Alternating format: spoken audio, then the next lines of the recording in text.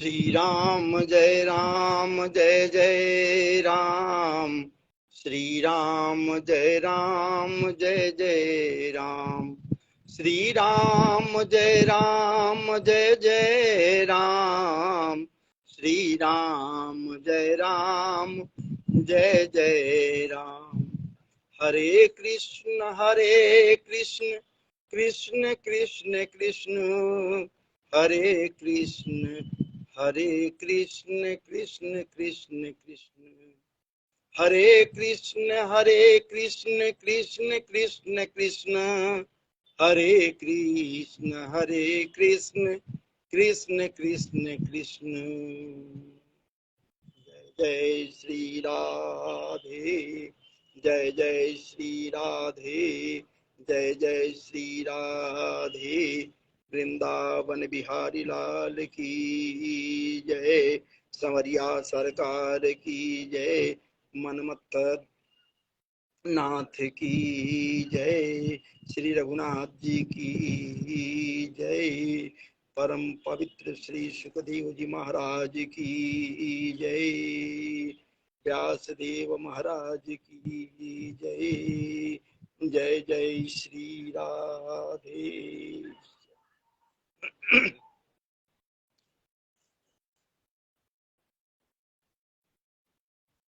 आज पुनः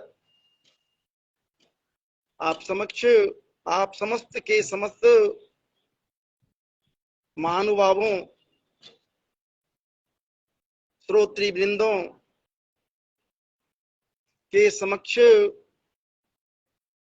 उपस्थित होकर कहने की धृष्टता मैं कर रहा हूं। मैं कई एक बार कहा इस दास में कहीं कुछ नहीं है, लेकिन एक बात इतना तो जरूर है महाराज जी कि जो कुछ भी हृदय में मन में भाव उत्पन्न होते हैं बस उसी को तो आपके समक्ष रखने का प्रयास मैं करता हूं। लेकिन कुछ कहूं, कुछ बोलूं, कुछ बताऊं उसके पूर्व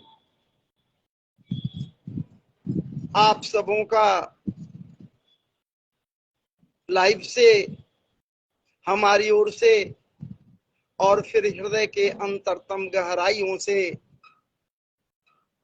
नमन है, वंदन है, अभिनंदन है और लाइव से आपको खूब खूब स्वागत है। और आपको यह विदित है मैं इस वीडियो को अपने YouTube चैनल पर अपलोड कर देता हूं। हालांकि देखिए लाइव आकर आप सबों के समक्ष अपनी एक ढिठाई को रखने जा रहा हूं। अपने YouTube चैनल का नाम जो पहले भावना था उसे बदल दिया है मैंने और उसका नाम रख दिया है RA, अंग्रेजी का जो बड़ी R है RAKRISHNA।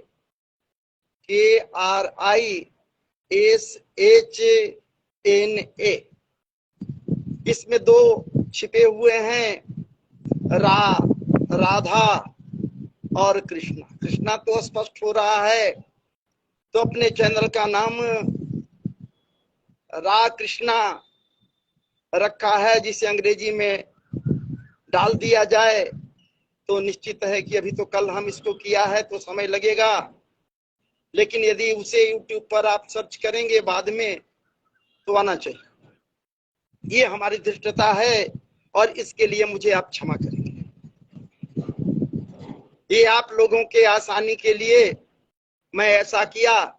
भावना चैनल बहुत लोगों का चैनल था, ढूंढने में उन लोगों को दिक्कत होती थी, आप लोगों को दिक्कत होती थी, मैं इस बात को खैर छोड़िए। भूमिकाओं के मध्य हमें नहीं जाना है, यदि भूमिकाओं के मध्य चले गए तो जो कुछ भी आपके समक्ष रखना चाह रहा हूं मैं वो नहीं रख पाऊंगा।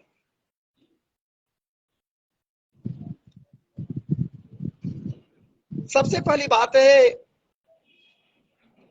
कि हम जिस देश में रहते हैं उस देश का नाम आप सबों को विदित है, भारतवर्ष है, भारत देश है, जिसे पूर्व में, बहुत पूर्व में अजनाभ वर्ष भी कहा जाता था, अजनाभ वर्ष भी कहा जाता था, इसका नाम था अजनाभ वर्ष। उस कथा की ओर मैं आपको नहीं लिए चल रहा हूं, लेकिन हमारा ये जो भारत देश है, यहाँ की भूमि है, बड़ी पवित्र है, जिसे हम माता कहते हैं, पृथ्वी माता कहते हैं। चूंकि जगत पिता हैं, अनंत अनंत विभूषित, उनके ये संभवतः पत्नी है, इसलिए इनको धरा देवी भी कहते हैं। इसलिए ये माता है सबके, और वो तो जगत पिता है ही। लेकिन यहाँ की मिट्टी में इतनी खुशबू है, ये मिट्टी ऐसी है कि इस मिट्टी का महाराज जी हम सब के सब पूजन करते हैं। अध्यात्म के अंदर आइए तो निश्चित रूप से कहीं भी हम लोगों को घर बनानी है तो भूमि पूजन करते हैं, मिट्टी का पूजन करते हैं। मिट्टी के गुण आदि गुण दोषों का हम लोग विवेचन करते हैं, जानने की इच्छा रखते हैं, और जानकार लोगों से समझते हैं कि मिट्टी में, यहाँ का मिट्टी में क्या गुण है, क्या गुण है। तो भूमि पूजन करने का विधान है, भूमि का पूजन करते हैं। अब बिना पूजन किए घर का निर्माण नहीं करते। अब भूमि को पूजन करने से एक बात तो इतना जरूर है कि उस जगह का जो नेगेटिव शक्तियां हैं उनका ह्रास हो जाता है, ऐसा मानना है। अब पॉजिटिव शक्तियों का वहां विकास हो जाता है, वातावरण पॉजिटिव हो जाता है, भक्ति से संयुक्त हो जाता है, और पराशक्तियों का ह्रास हो जाता है, संपन्न हो जाते हैं, भूमि पूजन। ये हमारे भारतवर्ष, भारत देश में ही ऐसा होता है। हालांकि यहाँ के लोग जो बाहर देश विदेश बाहर रहते हैं वो लोग भी संभवतः करते होंगे, और उन्हें भी निश्चित ये करनी चाहिए। जहां भी है मिट्टी, भैया वहां की मिट्टी बड़ी पवित्र है। और यही मिट्टी तो है जहां सबको एक दिन स्थान लेनी पड़ती है।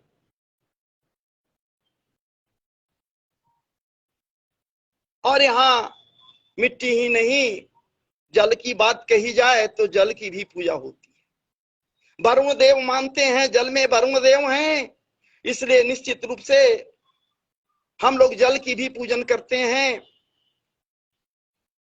और ये मानकर चलते हैं कि जल में गंगा का निवास है। अगर किसी भी जल में गंगा का निवास नहीं है तो मंत्रों के द्वारा अभिमंत्रित करते हुए लोटे में यदि जल लेते हैं, गंगे च जमुनी चैव गोदावरी सरस्वती नर्मदे सिंधु कावेरी जले अस्मिन् सन्निधं कुरु, इस मंत्र के द्वारा अभिमंत्रित करने से हम लोगों के अंदर ये विश्वास जगता है कि इसमें मां गंगे भी आकर पैस गई, जमुना भी, या जितने तीर्थ आदि सब के सब हैं, ये जितनी नदियां हैं सब के सब इसमें आ गई। ये ऐसा माना जाता है पवित्र, जिससे हम जब छिड़काव करते हैं अपने शरीर पर, जिस स्थान में पूजन आदि हो रहा है छिड़काव करते हैं, वो भी पवित्र हो जाता है, ऐसा हम लोग मानते हैं। तो जल की भी पूजा होती है, वायु की भी पूजन किया जाता है, जिसे पवन देव माना जाता है। लोग पवन देव का भी पूजन करते हैं। अग्नि का पूजन तो खैर होता ही है, जहां पर हवन कुंड है वहां अग्नि का पूजन होता है, अग्नि का प्राण प्रतिष्ठा होता है। अग्नि दूतं पुरोदधे हव्यवाहम उपब्रवे, इस मंत्र के द्वारा प्राण प्रतिष्ठा करते हुए अग्नि का पूजन भी करते हैं। तब उसमें आहुति प्रदान करते हैं। ये मानकर चलते हैं जो लपटे हैं वो हमारे इष्ट देव तक निश्चित रूप से हम जो स्वाहा करते हुए आहुति देते हैं तो जो एनर्जी वहां से निकलता है वो शक्ति निकलता है इष्ट देव के लिए हम दे रहे हैं। उनको यदि शक्ति ना मिले तो फिर हमें शक्ति कहां से मिलेगा। तो अग्नि का पूजन है, हर जगह है अग्नि का पूजन। बिना अग्नि का तो अग्नि है तो सब कुछ है भाई। शरीर में न रहे, अगर पेट में नहीं रहे, स्टमक में नहीं रहे, जठराग्नि न रहे तो भोजन का पाचन कैसे होगा। अग्नि है नहीं कहां, सब जगह अग्नि ही अग्नि है। ऐसी शक्ति है अग्नि कि फिर कहना क्या है। और इस अग्नि के शक्ति में महाराज जी सब के सब जलकर भस्म हो जाते। ये हमारा पंच तत्व से बनी शरीर भी अग्नि के को समर्पित जब किया जाता है तो महाराज जी ये भस्म हो जाता है, भस्मीभूत हो जाता है। और वो भस्म कहाँ जाकर मिलता है, इस भूमि में जाकर मिल जाता है, भूमि से संयुक्त हो जाता है। ये अग्नि की बात हो गई। पुनः आगे बढ़े, साक्षात सामने देखते हैं इधर से उधर जत्र तत्र सर्वत्र गौ माता चल रही हैं, जिनको हम माता कहते हैं, जिनको हम माता कहते हैं। क्यों माता नहीं कहे भैया? बहुत से लोग कहते हैं कि गौ को लोग माता कहता है। अरे माता क्यों नहीं कहे गौ को? इनके दुग्ध कोई मामूली है क्या? इनके दुग्ध को पान करने के पश्चात लोग मजबूत हो जाता है, शुद्ध विशुद्ध है, प्रबुद्ध हो जाता है गौ माता के दुग्ध से। और गाय कोई सामान्य नहीं है, हर तरह से हमारे जीवन में सदुपयोगी होती हैं, जिनको हम सदुपयोग करना भले ही नहीं जान रहे हैं और कर भी रहे हैं, फिर भी गौ माता की ओर कोई ध्यान नहीं। मैं पढ़े थे, हमको याद है गौ माता के विषय में। भोली भाली गाय हमारी दूध बहुत यह देती है, सुंदर सुंदर बछड़े देकर बदले में क्या लेती है। भूसा चोकर जो भी मिलता बड़े प्रेम से खाती है। इसका दूध बड़ा ही मीठा, जो खाए मजबूत बने, बड़े बड़े वह करे काम, माता का सच्चा पूत बने। और मरकर देती खाल खाल से, चप्पल जूते बनते हैं, गड़े न कांटा लगे न ठोकर जब हम इसे पहनते। हाजी महाराज जी ये गोबर भी देती है, मूत्र भी देती है, और जो कुछ भी ये देती है उससे वातावरण शुद्ध बुद्ध प्रबुद्ध हो जाता है। तब तो हमारे समरिया सरकार बांके बिहारी मनमथनाथ बाल गोपाल जब पूतना के शरीर से जब उनको उतारा गया सीढ़ियों के द्वारा, 6 कोस की पूतना है जो बड़ी ही सुंदर रूप लेकर गोपियों के मध्य प्रविष्ट हुई है नंदगेह में। क्या बात है। तांकेश बंध व्यतिशक्त मल्लिकम बृहन्नितंबास्तन क्रेच्छ मध्यमम जुवा सशंकंपित कर्णभूषणं बृहन् लसत कुंतल मंडिता। अरे महाराज जी ऐसी अनित्य सौंदर्य की मल्लिका बनकर नंदगेह में वो प्रवेश कर रही है। वो पूतना, और उसके शरीर पर जब वो वास्तविक रूप में आई है, मर गई, प्राणांत उसका हो गया है।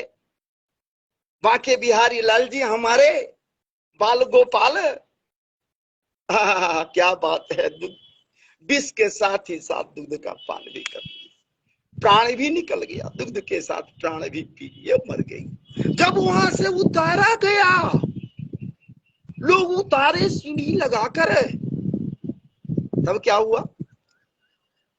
माता गोद में ले ली, हर्षित हो गई। क्या बात है, ऐसी घोर राक्षसी के चंगुल से मेरा लाला आया है। लेकर कहा दौड़ती भाई, दौड़ गई गोष्ठ में गई, गोष्ठ कहते हैं गौशाला को, महाराज जी उस गौशाला में गई और वहां जाकर गौशाला में गौ माता के पूंछ से उनके शरीर को झाड़ फूंक की और गोमूत्र का सेवन कराई और गोमूत्र पूरे शरीर में लगाई। ये गौ माता का प्रभाव नहीं तो और किसका है? वो गौ माता है और उनको हम इतने तिरस्कार कर रहे हैं, ऐसे ही छोड़ देते हैं।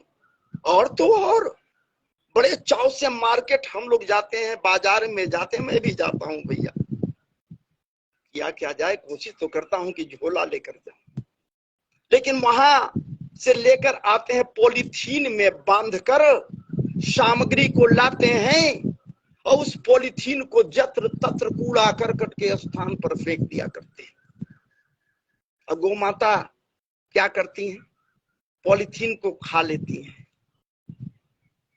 क्योंकि उसमें खाने लायक खुशबू अगर है, सामग्री आया है तो खुशबू से उसकी ओर चली जाती हैं और जब वो खा लेती हैं तो बीमार हो जाती हैं।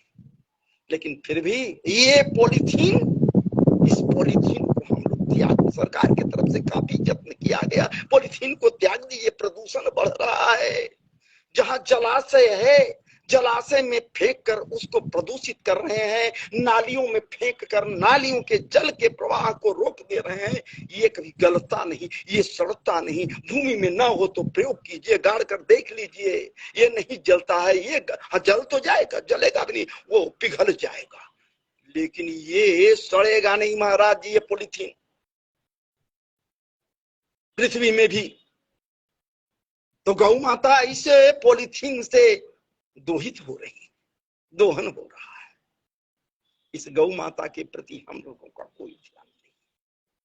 और जब गौ माता सुखी हो जाए इस धराधाम पर, गौ माता के प्रति समस्त के समस्त गोपालकों ही नहीं, गोपालक तो गोपालन किए हुए हैं, कभी कभी वो भी डंटे बरसाते हैं। क्या बात है, माता के ऊपर डंटे बरसाते हो और उसी दुग्ध को कहते हो कि मेरा अपना है, दुग्ध ही सब कुछ है। गो माता, भला बताओ तो सही यार, कैसे माता कहते हो, माता के ऊपर डंट बरसाते हो?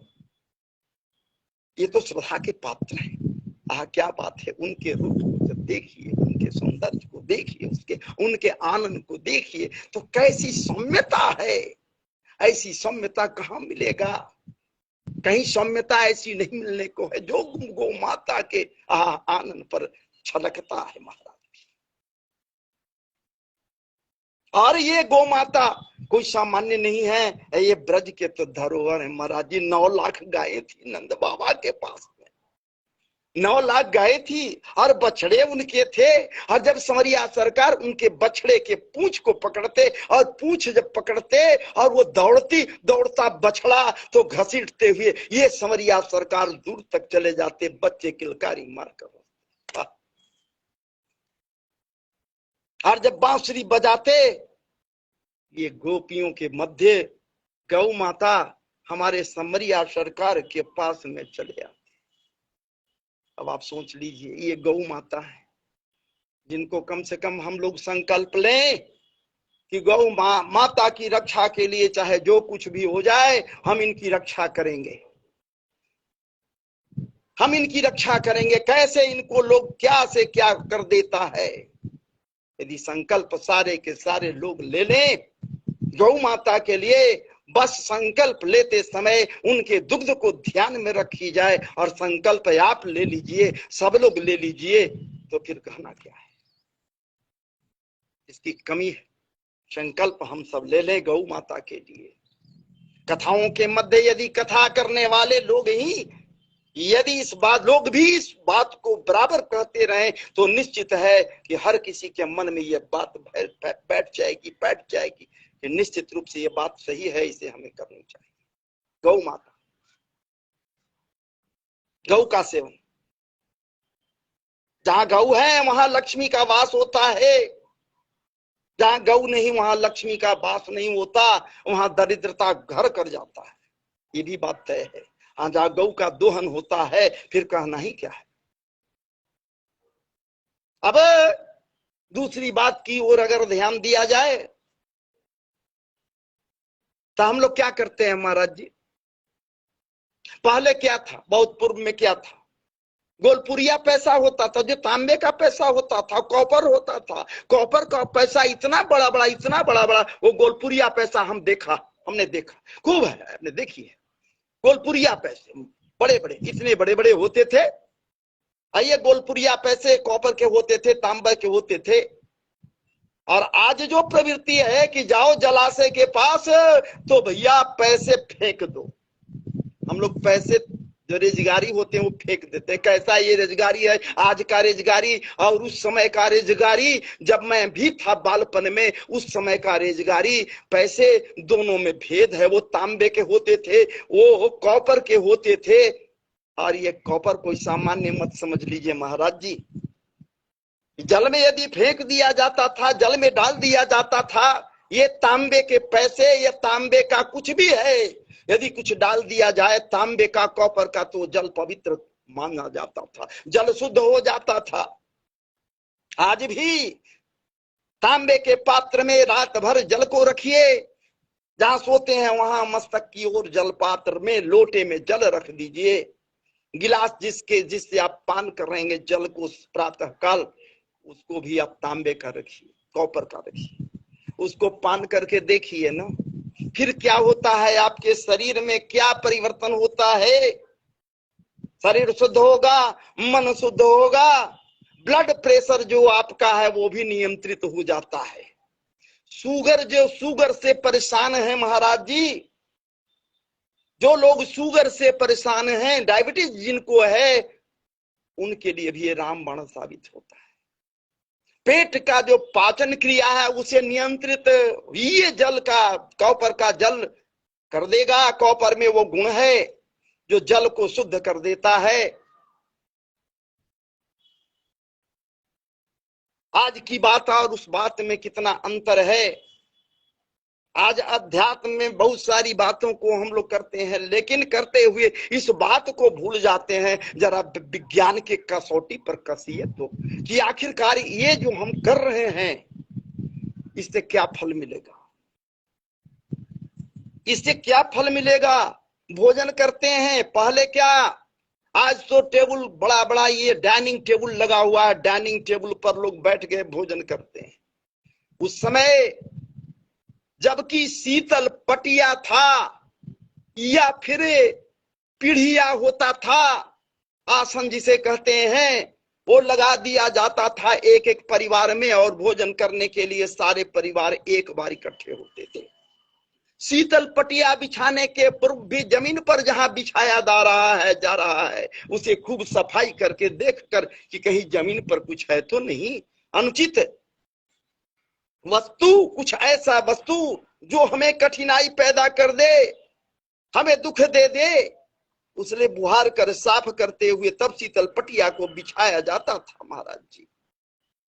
या फिर जब पीढ़ा लगाया जाता था और भोजन करने वाले व्यक्ति जब आते थे पीढ़े पर बैठने के लिए, तो महाराज जी एक बात याद रखते थे, आसनम पगुटारनम।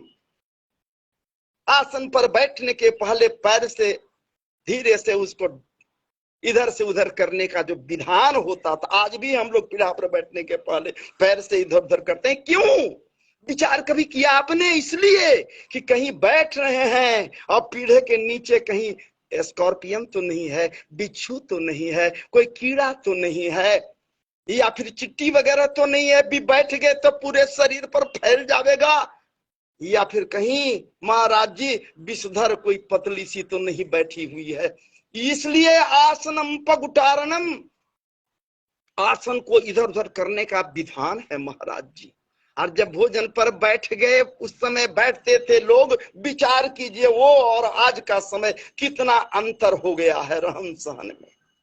लोटे में जल रखा जाता था, गिलास रखा जाता था बाईं ओर, सब आसन के बगल में, आसन पर बैठने वाले आए, बैठ गए, और भोजन जब थाल आगे में आ गया तो भोजन करने के पहले एक बात जरूर करते थे, उसे आप भी नोट कर लीजिए, याद कीजिए उस समय के परिवेश को। लोटे के जल से एक लोटा जल लेते थे, एक चुरुआ जल लिए थाल के चारों ओर जल को घुमा दिए, जल के धारा को चारों ओर घुमा दिए। चाहे रात्रि का समय हो, चाहे वो दिन का समय हो, थाल के भोजन की सामग्री थाल में है, पात्र में है, उसके बाहर से घेरा दे दिया जाता था जल का। क्यों? विचार कीजिए। और तो और जल का घेरा देने के बाद उस लोटे में जो कॉपर का लोटा, तांबे का लोटा या फूल का लोटा होता था, उसके ऊपर ऐसे ऐसे ऐसे ऐसे ऐसे ऐसे बजा देने का भी विधान होता था। बजा देते थे ठाकुर जी को याद करके, हे ठाकुर जी आप इसका भोग लगाइए। पहले उनको अर्पण करते, तब हम उठाते वो, और भोग लगावे या न लगावे। लेकिन वैज्ञानिक धरातल पर आप जरा विचार करके देखिए, ये जो ठोक रहे हैं, टन टन की आवाज हो रहा है वहां पर, उस आवाज से यदि कुछ थाल के आसपास जीव जंतु है जो छोटे छोटे हैं, उस आवाज से भाग जाएंगे, थाल में प्रवेश नहीं करेंगे। ये धारा जो जल का दिया पात्र के चारों ओर महाराज जी, फिर क्या है, उस थाल में कोई भी बाहरी जीव जंतु, छोटे छोटे कीड़े मकोड़े थाल के निकट नहीं आएंगे, क्योंकि पहले से सफाई किया हुआ है। लेकिन रात्रि का समय है, दिन का भी समय है, तो बात कर रहे हैं, बात करते हुए भोजन कर रहे हैं, ये भी गलत चीज है। थाल में कोई भी बाहरी कीड़ा मकोड़ा, चिट्टियां या कुछ भी थाल में न प्रवेश कर जाए।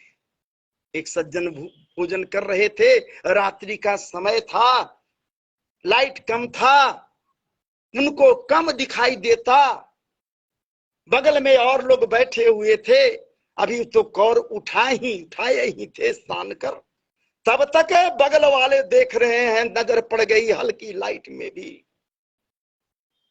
कि एक केचुआ, जिसको चेरा कहते हैं महाराज जी, जिसको चेरा कहते हैं, ये चेरा, ये केचुआ लटक गया उनके हाथ से, जिससे कवर उठाए हुए हाथ से नीचे लटक गया। पूछ इनके रहे ये क्या है, रुको रुको रुको रुको।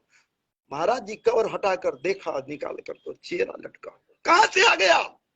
क्या पहले से था? नहीं, वो तो थाल में घुस गया, या जहां परोसा जा रहा था वही घुस गया, कहीं तो घुसा। तो विचार कीजिए, मैं यूं ही नहीं कह रहा हूं, ये जो जीवन में घटने वाली सामान्य सामान्य घटनाएं हैं, इसे यदि कथाकार, हम सब कथा करने वाले, मैं भी कथा करता हूं, यदि इसे रखी जाए तो निश्चित रूप से ये सदुपयोगी विचार होगा और सबों के लिए कल्याणकारी होगा। तो इस प्रकार से महाराज जी, मैं अभी आपके समक्ष लाइव आकर कुछ कह दिया, कुछ कहने की ढिठाई किया। हालांकि कल भर रुक जाइए, कल भर हो सकता है मैं कुछ वीडियो बना लूं। परसों मैं बता दिया, मेरे आंख का ऑपरेशन है, ये मोतियाबिंद दाहिने आंख में है। आप दुआ करें हमारी आंख ठीक हो जाए, ताकि कथा का, आज मैं चाहूं कि भागवत जी के पृष्ठ को उलटकर कुछ देखूं, पढ़ूं, तो पढ़ना भी मेरे लिए दिक्कत हो रहा है। इसलिए आप सबसे मैं क्षमा प्रार्थी हूं, यदि हमसे कुछ कहने में ढिठाई हुई हो या किसी के विषय में कुछ कहने की दृष्टता हमने की है, तो एक तुच्छ दास समझकर हमें आप क्षमा करेंगे। और पुनः मैं आपको याद दिला रहा हूं, इसे मैं अपलोड कर दूंगा। अब वो चैनल का नाम हो गया है रा कृष्णा, RA बड़ी आर से RA, रा KRISHNA, रा कृष्णा चैनल का नाम है। आप उस पर जाइए, नहीं तो फिर YouTube चैनल खोलिए और उसको रा कृष्णा लिखिए, मेरा चैनल सामने आ जाएगा, तो फिर आपको सब कुछ उसमें मिल जाएगा। तो आइए, आप सबों को पुनः नमन, वंदन, सब प्रेम, और पुनः राधे राधे, जय जय श्री राधे, जय जय श्री राधे, जय जय श्री राधे। अब मैं अपनी वक्तव्य को समाप्त कर रहा हूं।